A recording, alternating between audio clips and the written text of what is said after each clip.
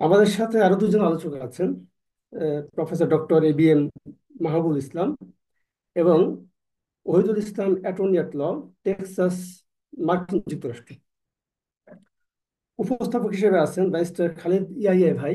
সম্ভবত আপনার কথাই এতক্ষণ শুনছিলাম আমি। আহ, আর যার কথা না বললেই নয়, আমাদের প্রিয় উস্তাদ ডক্টর আব্দুল সালাম আজাদি। আমার কাছে মনে হলো উনি বোধহয় যুক্ত হয়েছেন আমাদের সাথে। আমি সকলকেই স্বাগতম জানাচ্ছি। আমার যে পরিচয় এখানে তুলে ধরা হয়েছে কিনোট স্পিকার হিসেবে, তার পাশাপাশি আমি আরেকটু পরিচয় দিতে চাই আমার। সেটা হচ্ছে এই যে আমি কিউএনএস একাডেমি একজন স্টুডেন্ট, এবং এটা শুধু রিটায়ার্ড স্টুডেন্ট না, আমি currently enrolled in various courses. আমি এই হিসেবে আজকে আসলে কথা বলতে চাই। এটা তো আমি মূলত আজকের যে আইনের আলোচনা, আমাদের যে সাবজেক্ট ম্যাটার যেখানে আছে আমাদের, এটা তো স্ক্রিন শেয়ার।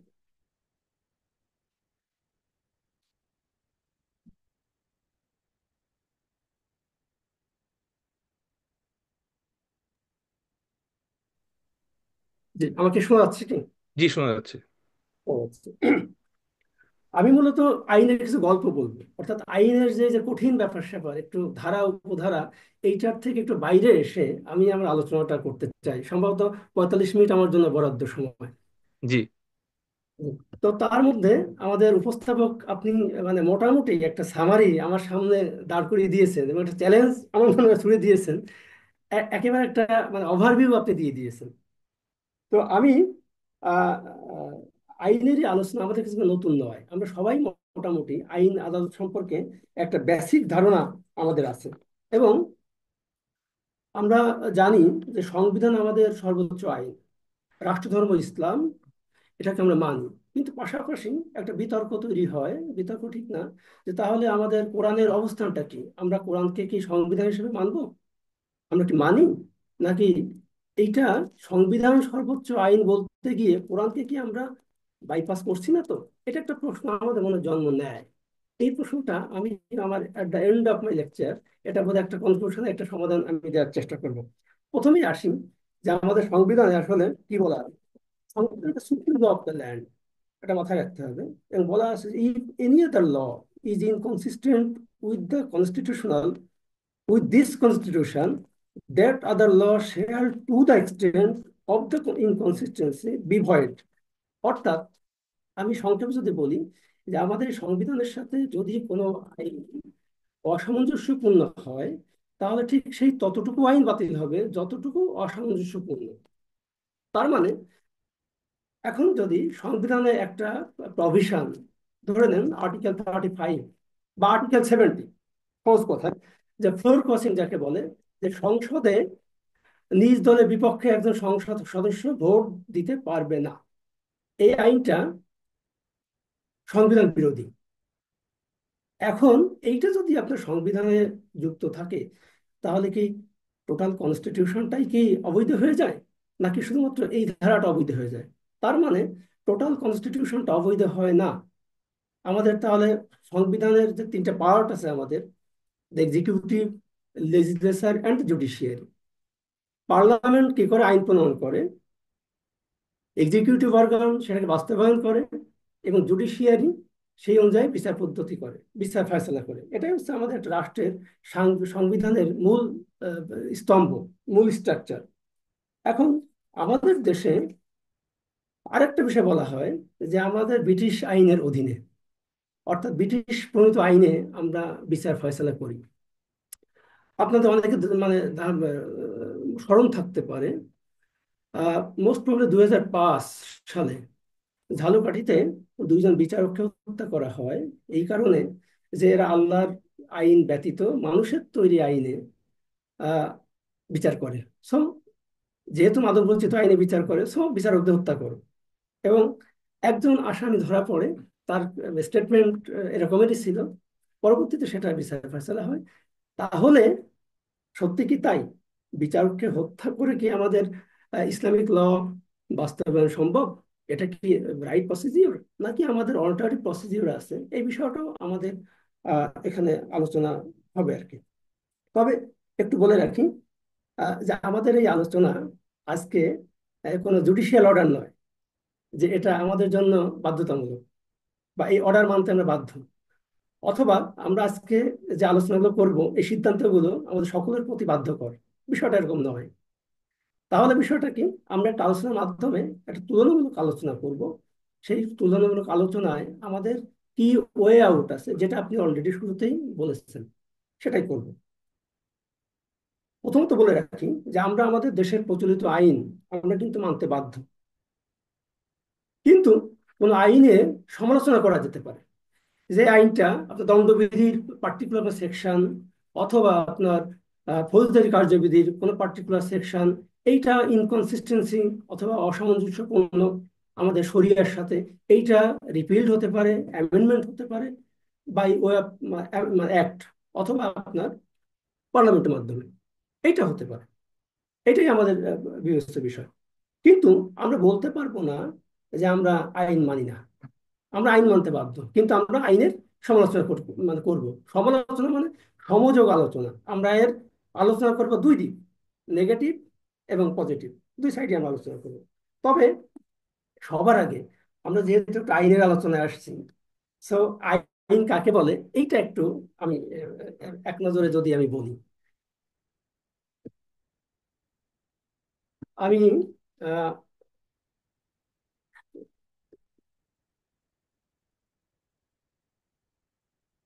আমি আবার একটু বলি। সেটা হচ্ছে যে ল মিন্স সংবিধানের আর্টিকেল 152, এটা আমাদের আহ, আইনের একটা সংজ্ঞা দিয়েছে, সর্বোচ্চ আইন আমাদের। আইন কাকে বলে? অবশ্য আমরা আগেও বলেছি যে এই থিওরিটিক্যাল আলোচনায় আমাদের খুব বেশি অ্যাটেনশন নাও থাকতে পারে। আমরা একটু প্র্যাকটিক্যাল আলোচনায় চলে আসবো। এইগুলো এই থিওরি আলোচনা করতে গিয়ে হয়তো একটু আপনাদের মনোসংযোগ ব্যাঘাত করতে পারে, যে আইনের এই আলোচনা আমরা মাথায় ধরছে না, বা খুব শক্ত কঠিন কিছু, বিষয়টা এরকম না। তারপরেও আমাদের সর্বোচ্চ আইন কি বলে আমরা একটু দেখে নিই। আর্টিকেল 152 বাংলাদেশ সংবিধানে বলা আছে যে ল কাকে বলে। ল মিনস এন অ্যাক্ট, যে আইন আমাদের দেশে আছে।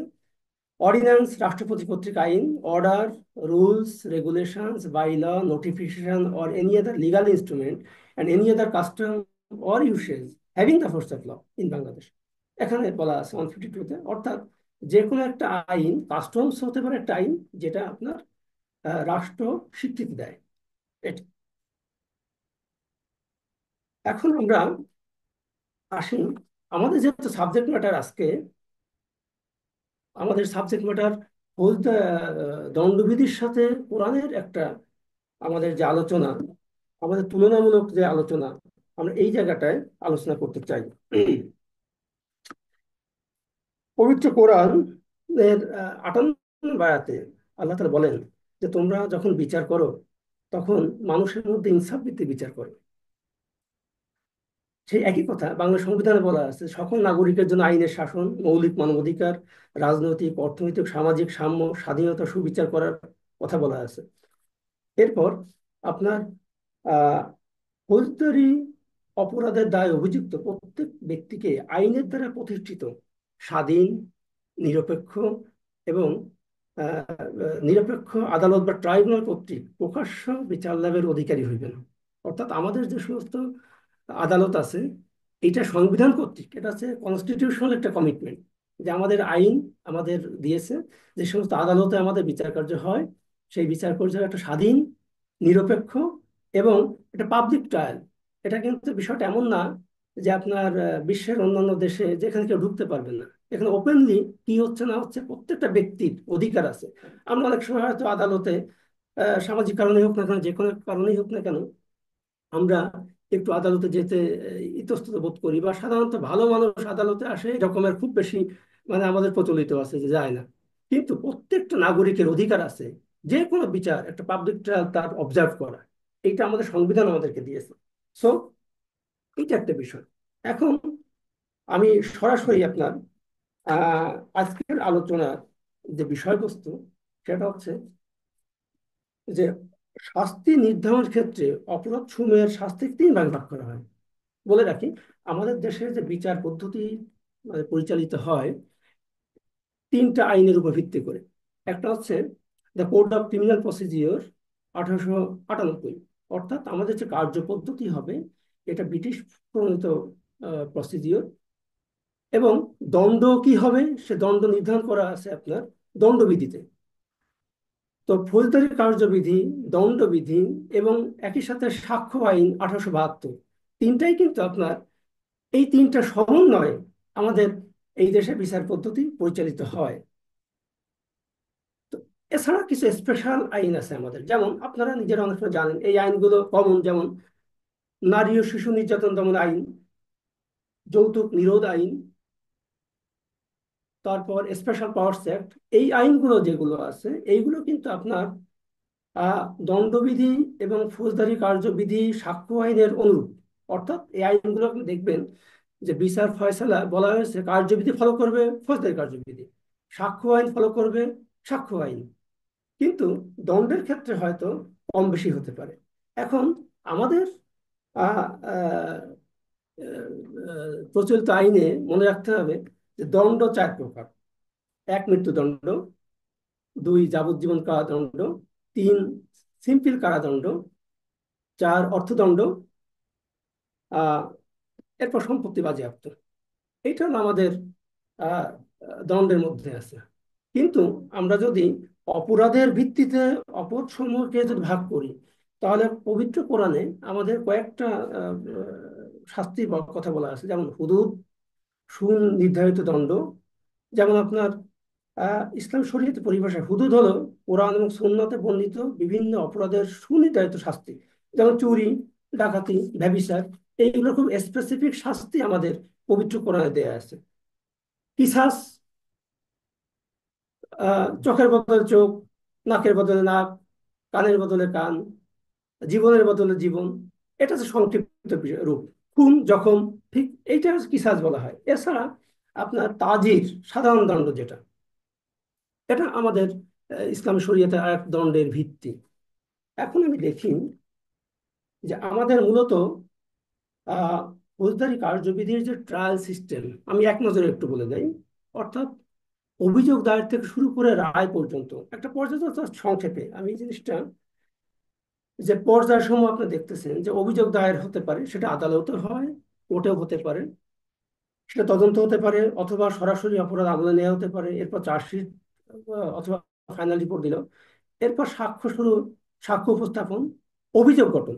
মনে রাখতে হবে যে একটা মামলা শুরু হয় অভিযোগ গঠনের ভিত্তিতে। অভিযোগ গঠনের পূর্ব পর্যন্ত আপনার সেই একজন আসামিকে দোষী বা ইভেন রায় ঘোষণা পর্যন্ত দোষী বা নির্দোষ বলার সুযোগ থাকে না। অভিযোগ গঠন করা হয়, ফর্মাল বিচার শুরু হয়, এরপর সাক্ষ্য, যুক্তিতর্ক উপস্থাপন, ফাইনাল রায়। এই কয়েকটা বিষয় আমাদের কিন্তু একটা ফৌজদারি বিচার ব্যবস্থার মেন ভিত্তি। আপনি যে আইনে যান না কেন, দণ্ডবিধিতে যান না কেন, আপনার সিআরপিসিতে যান না কেন, সাক্ষ্য আইন, মতো এই তিনটা আইন আমাদের এই পর্যায়গুলোকে ডিল করে। আমি যেটা বললাম, এখন আমি আমাদের কাইন্ডস অফ পানিশমেন্ট যেটা আছে, আমি স্লাইড যেটা শো করছি,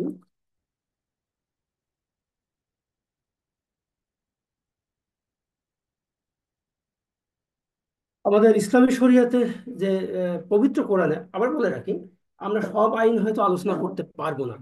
আমরা সুনির্দিষ্ট কিছু কোরআনে বর্ণিত যে সমস্ত আহ, শাস্তির কথা বলা আছে সেইটার সাথে আমাদের দণ্ডবিধির একটা তুলনামূলক আলোচনা আমি করবো। আমাদের আরো দুজন বিদগ্ধ আলোচক আছেন, ওনারা আরো আলোচনা করবেন। আমি আমার নির্ধারিত সময়ের মধ্যে আমি আলোচনা করতে চাই আমার পাঠটা যতটুকু। আমি সরাসরি আসি। আমাদের দণ্ডবিধিতে মোট 511টা ধারা আছে এবং অনেকগুলো চ্যাপ্টারে ভাগ করা আছে যে আমাদের অপরাধগুলো কেমন হতে পারে। ধরে নেন যে আহ খুন, জখম, চুরি, ডাকাতি, ব্যভিচার। এখন খুন, আমাদের পবিত্র কোরআনে খুনের যে বর্ণনা দেয়া আছে, যেমন সূরা মাইদাতে বলা আছে, যে ব্যক্তি কাউকে হত্যা করা কিংবা জমিনে ফাসাদ সৃষ্টি করা ছাড়া যে কাউকে হত্যা করলো সে যেন সকল মানুষকে হত্যা করলো, আর যে তাকে বাঁচালো সে যেন সকল মানুষকে বাঁচালো। সূরা মাইদা। আর আমি এতে তাদের উপর অবধারিত করেছি যে প্রাণের বিনিময়ে প্রাণ, চোখের বিনিময়ে চোখ, নাকের বিনিময়ে নাক, কানের বিনিময়ে কান, দাঁতের বিনিময়ে দাঁত, জখমের বিনিময়ে সমপরিমাণ জখম। আর যথার্থ কারণ ব্যতীত আল্লাহ নির্ধারিত কাউকে তোমরা হত্যা করো না। যে অন্যায়ভাবে নিহত হলে আমি তার ওয়ারিশকে আহ, প্রতিকার প্রতিকারের অধিকার দিয়েছি, তবে সে যেন হত্যার ব্যাপারে বাড়াবাড়ি না করে। সূরা বনী ইসরাইল।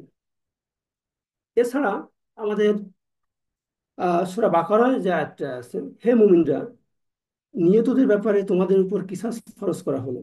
ব্যক্তির পরিবর্তে স্বাধীন ব্যক্তি, গোলামের পরিবর্তে গোলাম, নারীর পরিবর্তে নারী। কিন্তু ভাইয়ের পক্ষ থেকে কিছুটা ক্ষমা করা হলে যথাযথ বিধিবিধান পালন করা এবং সততার সাথে তা পালন আদায় করা বিধেয়। এটা বাস্তব, এটা রবের পক্ষ থেকে লাঘব এবং রহমত স্বরূপ। হে জ্ঞানবান, কিসাসের মধ্যেই তোমাদের জীবন নিহিত, যেন তোমরা সাবধান হতে পারো। আমি পৌরাণিক যে ভার্স, আমি এটা আপনাদেরকে একটু পড়ে শোনালাম। এখন আমাদের দণ্ডবিধি কি বলে? আমাদের দণ্ডবিধি বলে, যদি কেউ কাউকে হত্যা করে তাহলে তার শাস্তি মৃত্যুদণ্ড। এবং আহ মৃত্যুদণ্ড এবং যাবজ্জীবন কারাদণ্ড হতে পারে। মৃত্যুদণ্ড হতে পারে, যাবজ্জীবন কারাদণ্ড হতে পারে। এখন আমাদের যে পৌরাণিক যে বিধান, যে প্রাণের মানে বিনিময়ে প্রাণ বা কিসাস, আমাদের ক্ষেত্রে কিসাস আছে কি নাই এই ক্ষেত্রে আমাদের প্রচলিত আইনে? আমি বলবো যে আমাদের প্রচলিত আইনে কিসাসের বিধান আছে। কিন্তু আমরা বলেছি যে আমাদের দণ্ডবিধিতে নির্ধারিত দণ্ডের ব্যতিরেখে আমরা দিতে পারবো না। কিন্তু দেখা যায় যে আপনার একজন বিচারপতি আমাদের কনফারেন্সে আসলেন, উনি বললেন, আচ্ছা বলেন তো আপনারা, যে বাংলাদেশে সবচেয়ে কোন উম, কোন আইনের ধারায় কোন অপরাধটা সবচেয়ে বেশি আপোষ হয়? তো আমরা বললাম, আমরা উত্তরটা দিতে পারলাম না। উনি বললেন যে সবচেয়ে বেশি আপোষ হয় মার্ডার কেস। কিভাবে? একটা কথা বলে রাখি, আমাদের ফৌজদারি কার্যবিধিতে একটা অপশন আছে, সব মামলা কিন্তু আপনার কিসাসের অধীনে নেই। তো কিভাবে কিসাস? যে ব্যক্তি আপনার এই কিসাসের বিধান আছে, যেমন হত্যার বিনিময়ে হত্যা, অর্থাৎ মৃত্যুদণ্ড থাকে। কিন্তু যদি কেউ এটা আপোষ করতে চায়, সরি আমি বোধহয় একটু ভুল বলছি, কিসাসের বিধান আছে, দিয়াতের বিধানও আছে। অর্থাৎ কেউ যদি আপোষ করতে চায় বা রক্তপণ নিয়ে যদি সে মাফ করতে চায়, উত্তরাধিকার, এটার বিধান আছে। সরাসরি আমাদের দণ্ডবিধিতে নাই, আমাদের ফৌজদারি কার্যবিধিতে নাই। কেন নাই? এটা বলা হয়ে থাকে যে এটা রাষ্ট্রের বিরুদ্ধে অপরাধ। যে কোনো একটা ফৌজদারি অপরাধ বা ক্রিমিনাল অফেন্স, এটা অফেন্স এগেনস্ট স্টেট। সুতরাং এই ক্ষেত্রে আপোষের সুযোগ রাষ্ট্র দেয় না। তাহলে রাষ্ট্র যদি আপোষের সুযোগ না দিয়ে থাকে, তাহলে আমাদের সাথে এই কোরআনের এই প্রভিশনের সাথে কনফ্লিক্ট হয় কি হয় না? আমার প্রশ্ন হচ্ছে যে আমরা ওইভাবে আপোষ করি না।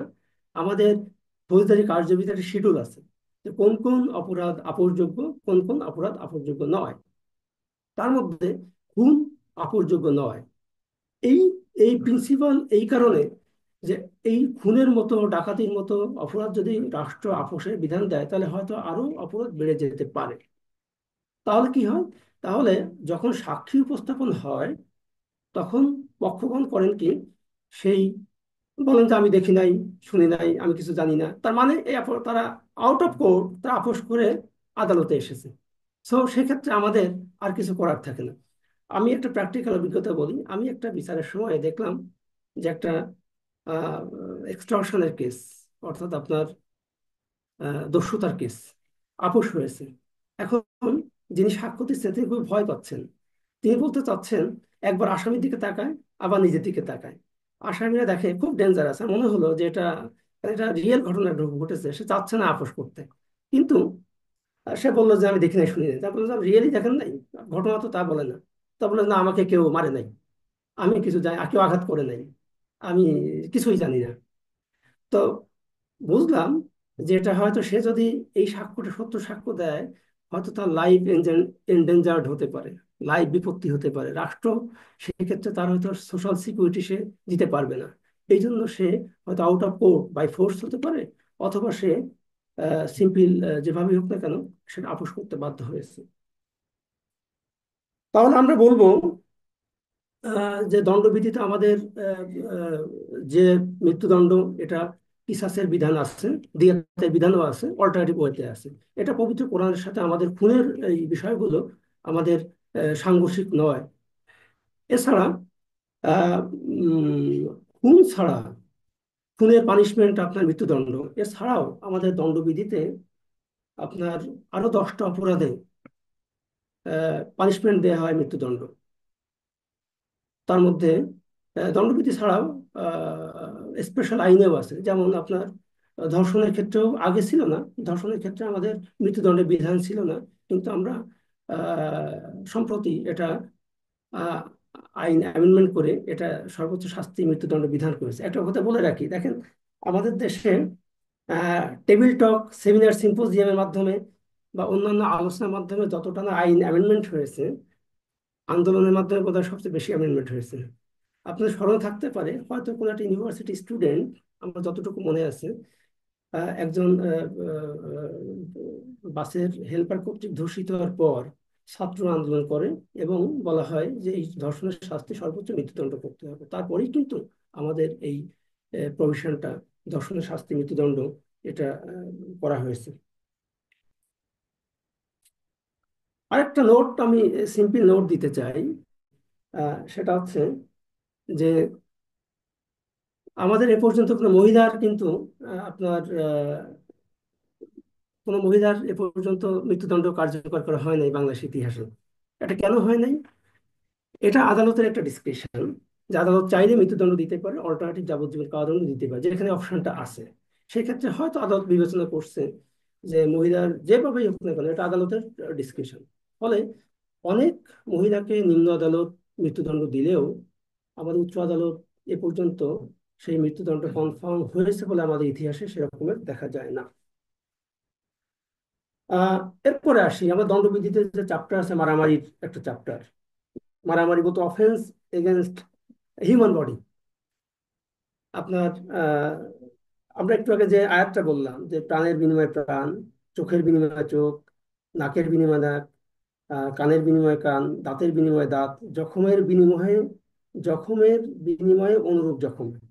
এই দণ্ডবিধিতে এইগুলো আমাদের সন্নিবেশিত করা হলেও দেখেন 323, 324, 325, 326 দণ্ডবিধি এবং সূরা মায়েদায় আমাদের এই আয়াতগুলো এই জখমের ক্ষেত্রে আমাদের উল্লেখ করা আছে। এবং সেক্ষেত্রে শাস্তির বিধান, যেমন চুরির ক্ষেত্রে আমাদের শাস্তির বিধান আছে, আমরা ওটা একটু পরে আলোচনা করব। তাহলে আমাদের এই ক্ষেত্রে খুন জখমের ক্ষেত্রে আহ, আমাদের দণ্ডবিধি, বলে রাখি, আমাদের এই আঘাতের ক্ষেত্রে আমাদের কিসাসের বিধান আছে, আমাদের দিয়াতের বিধান আছে, আমাদের এখানে আপোষেরও বিধান আছে, আমাদের আইনে আপোষেরও বিধান আছে।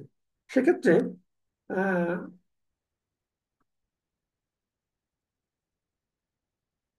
এক্ষেত্রে আমাদের গুরুত্ব দেওয়া হয় যে পার্মানেন্ট ডিসফিগারেশন।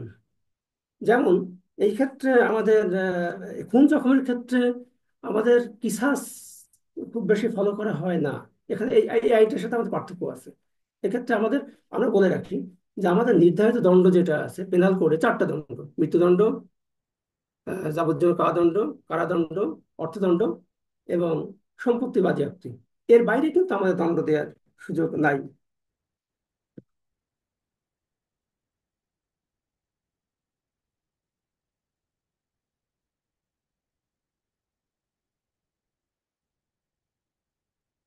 একটা কথা বলে রাখি, আমাদের সংবিধানের আর্টিকেল 35 এই অনুচ্ছেদে বলা আছে যে কোনো ব্যক্তিকে যন্ত্রণা দেওয়া যাইবে না, কিংবা নিষ্ঠুর, অমানুষিক বা লাঞ্ছনাকর দণ্ড দেওয়া যাইবে না, কিংবা কাহার সহিত অনুরূপ ব্যবহার করা যাইবে না। দেখেন আমাদের সংবিধানে কিন্তু পরিষ্কারভাবে এই কথা বলা আছে, কাহারও সহিত অনুরূপ ব্যবহার করা যাইবে না। আচ্ছা, তাহলে বিষয়টা কেমন হলো যে আপনার কারোর প্রতি অনুরূপ আহ, ব্যবহার করা যাবে না। এটা এটা আমরা যে একটু আগে বললাম কিসাসের কথা, যে নাকের বিনিময়ে নাক, চোখের বিনিময়ে চোখ, আপনার দাঁতের বিনিময়ে দাঁত, এই যে যে আমরা বললাম, তাহলে এই সংবিধানের এই বিষয়টা আমাদের একটু সাংঘর্ষিক মনে হলো কিনা, যে কাহারও সহিত অনুরূপ ব্যবহার করা যাইবে না, অল জুরুহ কিসাস। আমি যদি মানে সঠিক বলে থাকি আর কি, কোরআন আয়াতটা এরকমেরই, যে অল জুরুহ কিসাস, অর্থাৎ জখমের অনুরূপ জখম। এই জায়গাটা কিন্তু আমাদের সংবিধান সেটা পারমিট করে না ওই নির্ধারিত শাস্তির বাইরে। তাহলে আমরা দেখতে পাই যে আমাদের এই ক্ষেত্রে আমাদের কোরআনের সাথে একটা অসামঞ্জস্যপূর্ণ আমাদের এই সংবিধানে রয়ে গেছে। আচ্ছা, নেক্সট, আমাদের এক সময় দণ্ডবিধিতে আপনার দণ্ডবিধিতে হুইপিং বা বেত্রাঘাত অথবা ডিপোর্টেশন, দ্বীপান্তর নামে দুটো পানিশমেন্ট ছিল। সো এটা এখন আর নাই আমাদের। হুইপিংও নাই, বা ডিপোর্টেশন, বেত্রাঘাত আমাদের দণ্ডবিধিতে নাই। এখন আপনাদের মনে আছে, যদি কোনো একটা বিশ্ববিদ্যালয়ের শিক্ষক কোনো এক ছাত্রকে সম্ভবত কান ধরে উঠবোস করানোর কারণে মানে বিষয়টা ব্যাপক সমালোচনার ঝড় তোলে, এবং অনেকে বেত্রাঘাত, বা অনেকে আপনার চুল কেটে দেয়, এবং অনেকে অপমান করার যে সমস্ত শাস্তি আছে, এটা কিন্তু আইনে পারমিট করে না। আমাদের মাথায় রাখতে হবে যে আমাদের আইনে নির্ধারিত যে শাস্তি আছে তার বাইরে আমরা দিতে পারবো না। এখন দেখা যাক আমাদের ডাকাতির ক্ষেত্রে কি বিধান আছে। আহ সূরা মাইদায় বলা আছে যে যারা আল্লাহ এবং রাসূলের বিরুদ্ধে যুদ্ধ করে এবং পৃথিবীতে ধ্বংসাত্মক কাজ করে, তাদের শাস্তি হলো তাদের হত্যা করা হবে, ক্রুশবিদ্ধ করা হবে, বিপরীত থেকে তাদের হাত পা কেটে ফেলা হবে, তাদের নির্বাসিত করা হবে পৃথিবীতে। এটাই তাদের লাঞ্ছনা, এবং পরকালে তাদের জন্য রয়েছে শাস্তি, অর্থাৎ ডাকাতির শাস্তি। এই যে যে আপনার তাদের হাত পা কেটে ফেলা হবে বা তাদেরকে হত্যা করা হবে, এটাই কিন্তু ডাকাতির শাস্তি। কিন্তু আমাদের দণ্ডবিধিতে ডাকাতির শাস্তি কিন্তু আমাদের নির্ধারিত কারাদণ্ডের বিধান আছে। আমাদের এই হত্যা বা হাত পা কাটা এরকম বিধান নাই। অনেকে মনে করেন যে কোরআনের এই প্রভিশনটা একটা ব্রুটাল সিস্টেম। আসলে কিন্তু নয়। এই সিস্টেমটা এক ধরনের লোক পোষণ করেন। এইখানে কিন্তু আমরা দ্বিমত পোষণ করি যে না, কোরআনের বিধানটা আমাদের ব্রুটাল সিস্টেম নয়।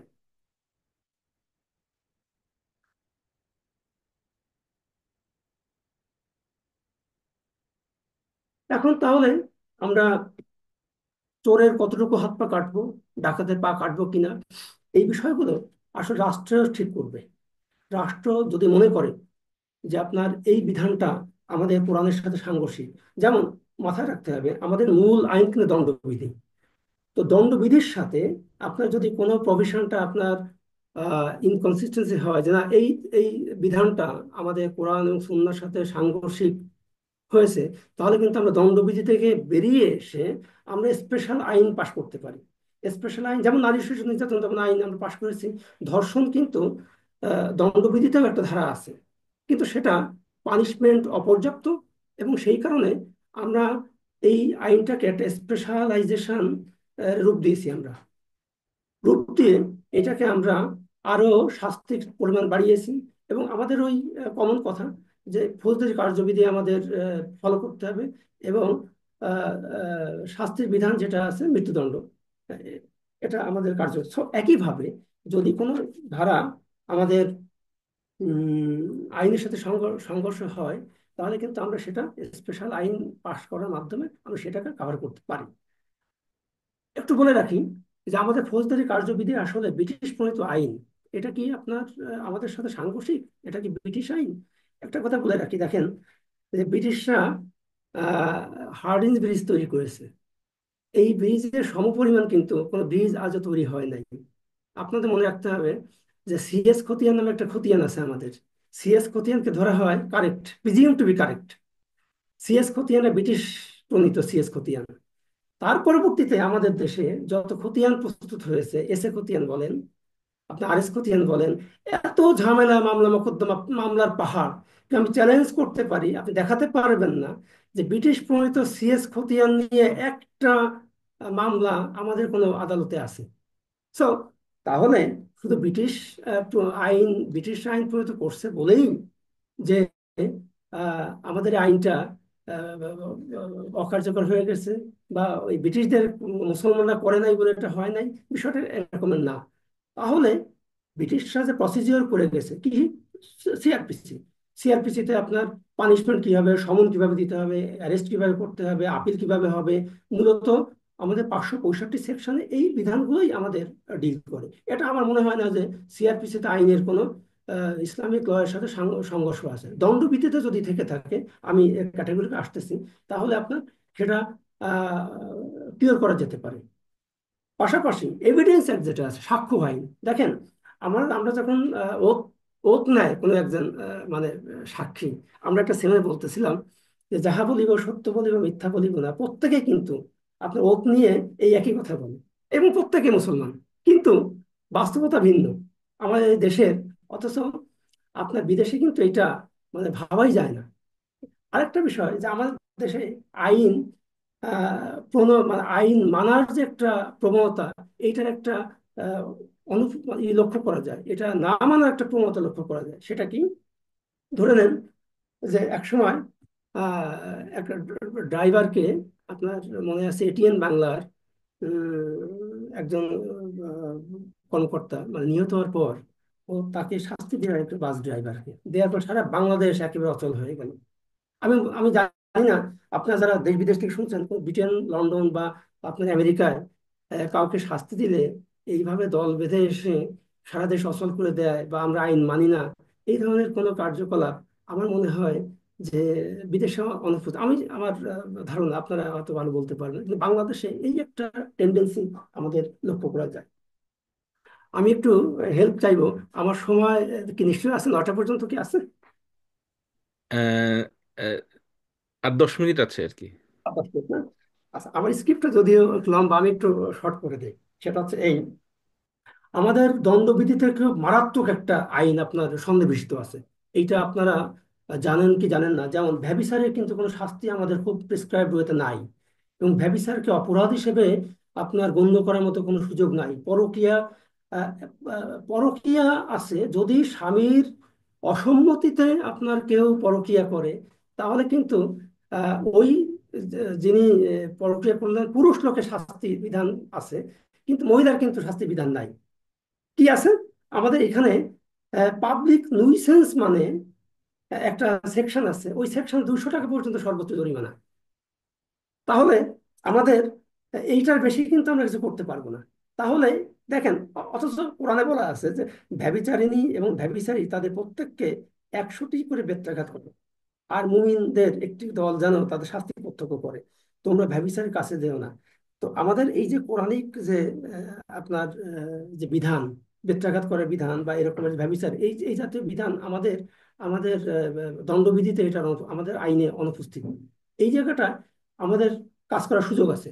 অর্থাৎ ব্যভিচারকে দণ্ডবিধি থেকে বেরিয়ে এসে নারী ও শিশু নির্যাতন দমন আইনের মতো একটা আলাদা স্পেশাল আইন তৈরি করে সেটাকে পার্লামেন্ট কর্তৃক আইন প্রণয়ন করে এই সুপারিশটা আমরা দিতে পারি অন্তত।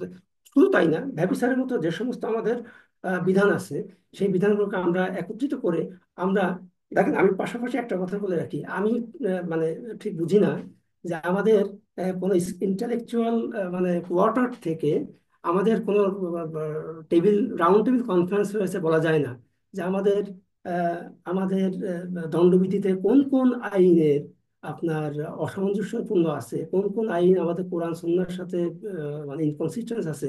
এই মর্মে আমি খুব বেশি আমাদের যারা আমি কোনো গোষ্ঠীকে আমি স্পেসিফিক করে বলবো না, আমি বলবো যে এই ধরনের কোনো সুপারিশ, এই ধরনের কোনো কমিশন, এই ধরনের কোনো কনফারেন্স আজও পর্যন্ত আমাদের আমরা পাই নাই।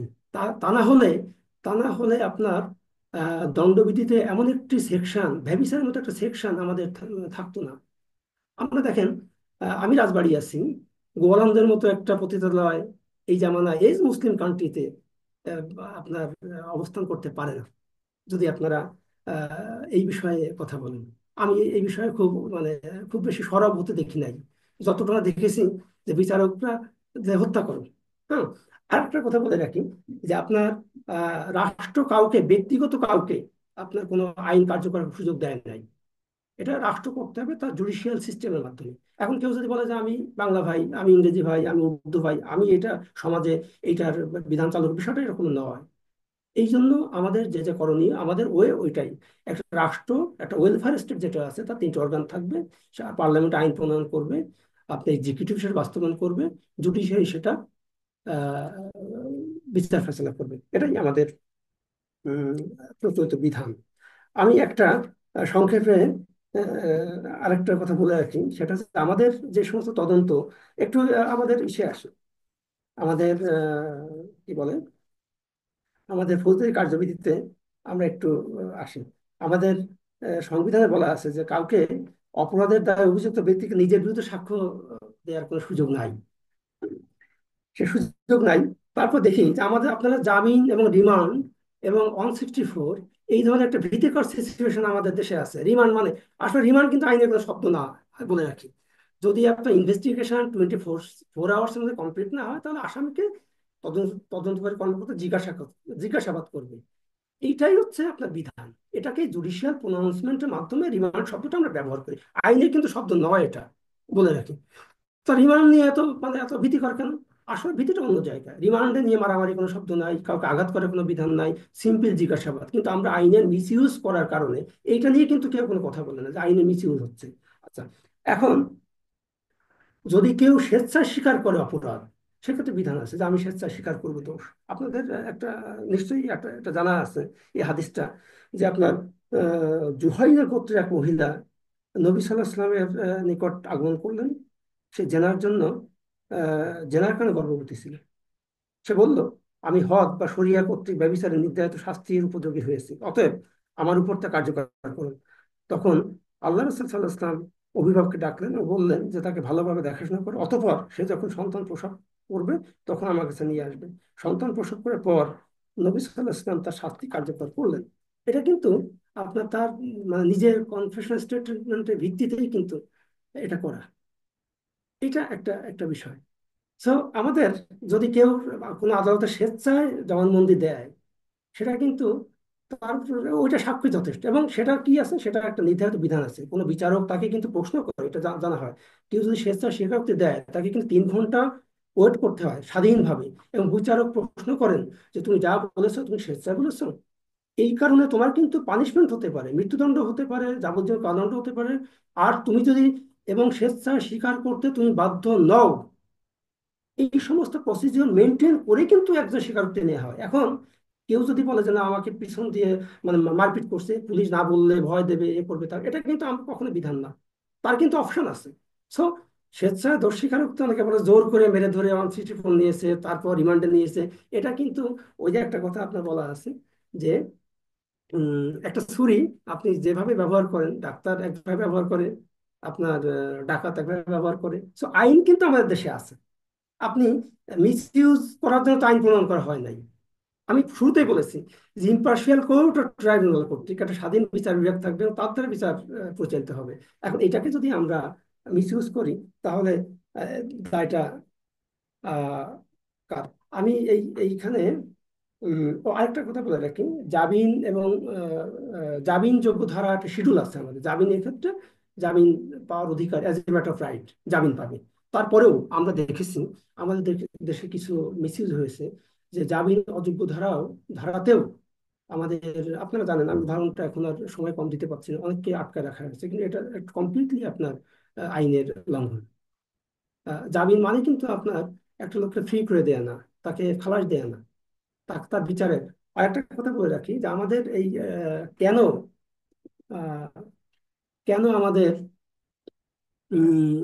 বিচার বিভাগ সম্পর্কে মানুষের কিছু নেতিবাচক দৃষ্টিভঙ্গি আছে। তার প্রথম কথা হচ্ছে এই যে আমাদের মামলার হিউজ এত বেশি, মিথ্যা মামলার ইয়ে এত বেশি, মিথ্যা মামলার শাস্তি আমরা বিধান থাকলেও আমরা দিতে পারি না। একজন বিচারক সর্বোচ্চ 250 মামলা আপনার ডিল করতে পারে একটা কোর্টের জন্য।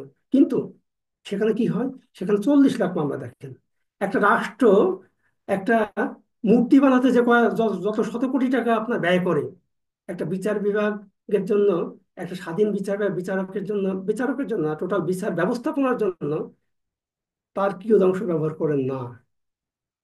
এনিওয়ে, এটা অন্য বিষয়, আমি জাস্ট আপনাদের বলে রাখলাম। এখন আমি আমার সর্বশেষ ইসে আসি। আমাদের সংবিধানে একটা ধারা আছে, আর্টিকেল আছে, আর্টিকেল 49। এখানে রাষ্ট্রপতির একটা ক্ষমা করার বিধান আছে। অর্থাৎ আমাদের আদালত কর্তৃক আপনার যে পানিশমেন্টই দেওয়া হোক না কেন, রাষ্ট্রপতি তিনি কি করতে পারেন, তার রাষ্ট্রপতি সে হ্যাভ পাওয়ার টু গ্রান্ট পার্ডনস।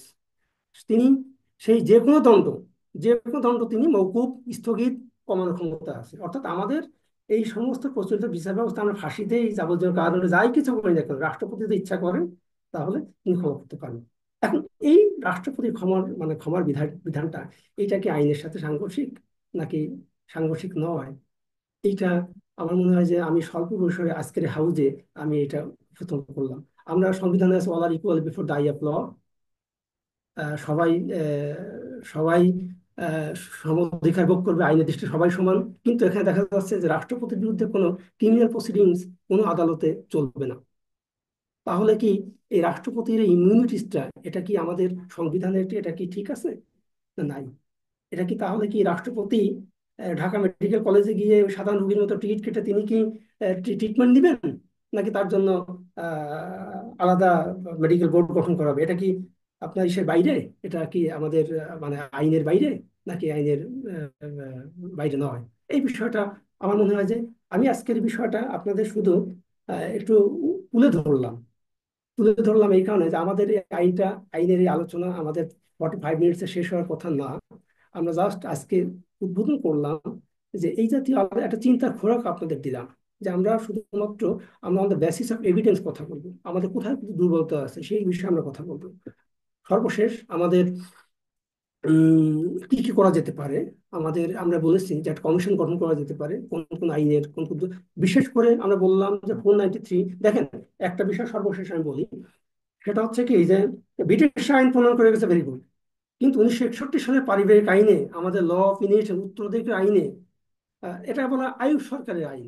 আমাদের উত্তরাধিকার আইনে যে একটা মারাত্মক ভুল, আমাদের যে উত্তরাধিকার আইনে সরাসরি কোরআন সুন্নাহর বিপক্ষে যে আইনটা এখনো বলবৎ রয়েছে, এইটা নিয়ে কিন্তু কেউ কখনোই কথা বলে না। এটা সরাসরি কোরআন সুন্নাহর মানে বিপক্ষে। আসলে আমি আহ সর্বশেষ, ওস্তাদ আব্দুল সালাম আজাদ কি আছেন? জি না। হুম। আমি উস্তাদের বিনা অনুমতিতেই আমি একটা একটা বিষয় আমি সর্বশেষ, একটা কথাই আমি এই মেসেজটা দিতে চাই। সেটা হলো এই যে আল্লাহ তাআলা কোরআনের মধ্যে আমাদের সফলতার একটা কি মিনহাজ হবে তার একটা পথ বলে দিয়েছেন। সেটা হলো এই যে ফামান যুহজিহা আনিন নার ওয়া উদখিলাল জান্নাতা ফাকাদ ফাজ। যাকে জাহান্নাম থেকে একটু একটু করে সরানো হবে এবং জান্নাতে প্রবেশ করানো হবে, সেই হলো সফল। জিহা শব্দটা, দেখেন শব্দটা শুনলে তার একটা ওয়েভ তৈরি হয়। সে ওয়েভ বলে যে তুমি প্রত্যেক দিন একটা দিন তুমি যা মানে ব্যয় করো, সেই দিনটা যেন তোমার থেকে জাহান্নাম তোমার থেকে একটু দূরে চলে যায়। এমন কাজ করো, তুমি যখন রাত্রে শুতে যাবে, আল্লাহর কাছে যখন হাত উঠাবে, আল্লাহ আমি এখন মরতে যাচ্ছি তোমার কাছে, আল্লাহুম্মা বিসমিকা আমুতু আহইয়া, আল্লাহ এখন তোমার কাছে আমি মরতে যাচ্ছি, আবার যদি তুমি জীবিত করো তখন আমি জীবিত হব। ওই সময় যদি আমার মুখ দিয়ে এইটাই বের হয় যে আমি মরতে যাচ্ছি, এটাও বের হবে, বের করতে হবে যে আল্লাহ আজকের সারা দিনের কাজ কি এমন ছিল যার কারণে জাহান্নামটা তুমি আমার থেকে সামান্য হলেও দূর করে দিয়েছো, নাকি জাহান্নাম কোলের কাছে চলে আসতেছে। আমাদের দুঃখ হলো এই জায়গায়, মুসলিম উম্মাহর সবচেয়ে ব্যর্থতা আসতেছে এই জায়গায়। যখন আমরা রাতে ঘুমাতে যাই, জান্নাতটা ধীরে ধীরে আমাদের কাছ থেকে দূরে যাচ্ছে এবং জাহান্নামটা কেন জানি আমাদের কাছ থেকে নিকটে আসছে। একটা ছোট্ট উদাহরণ দিয়ে আমার বক্তব্য শেষ করতে চাই। হযরত রাসূল করিম সাল্লাল্লাহু আলাইহি ওয়াসাল্লাম একজনকে বললেন যে এই ব্যক্তি জান্নাতে যাবে, 3 দিন বললেন। তার সম্পর্কে যখন খোঁজ নেওয়া হলো, দেখা গেল যে খুব বড় নামাজি তাও না, দেখা গেল যে সারা রাত জেগে ইবাদত করে তাও না। শুধু তার কাছে যখন জিজ্ঞেস করা হলো, চাচা আপনার ব্যাপারে আমাদের নবী 3 দিন জান্নাতের সুসংবাদ দিলেন কেন, তিনি বললেন যে হয়তো এমন হতে পারে যে একটা সওয়াব আমি করি যেটা তোমরা কেউ দেখতে পাওনি। তা হলো এই যে আমি যখন রাত্রে ঘুমাতে যাই, আমার অন্তর থেকে আমার সব ভাইদের প্রতি যে রাগ ছিল, ক্ষোভ ছিল, হিংসা ছিল, ঘুমটা মিটাই দিয়ে সবচেয়ে ভালোবেসে তার জন্য দোয়া করে তারপর ঘুমাতে যাই। এই সাদ ইবনে আবি ওয়াক্কাস দুনিয়া থেকে জান্নাতের গ্যারান্টি নিয়ে চলে গেলেন, এতটুকু একটু অন্তরের মধ্যে নিয়ে। আর আজকে মুসলমানরা মুসলমানের রক্তকে হালাল করতেছে বেশি, সফলতার জায়গায় ব্যর্থতা আসতেছে বেশি। জাহান্নাম আমাদের নিকটে আসতেছে, জান্নাত দূরে চলে যাচ্ছে। ব্যর্থতার জায়গা আসতেছে বেশি। আমেরিকার যে জায়গায় আপনারা এসেছেন, আল্লাহ তাআলার মানে সাক্ষী রেখে এবং বুঝতে পারছি, বুঝতে পারছি।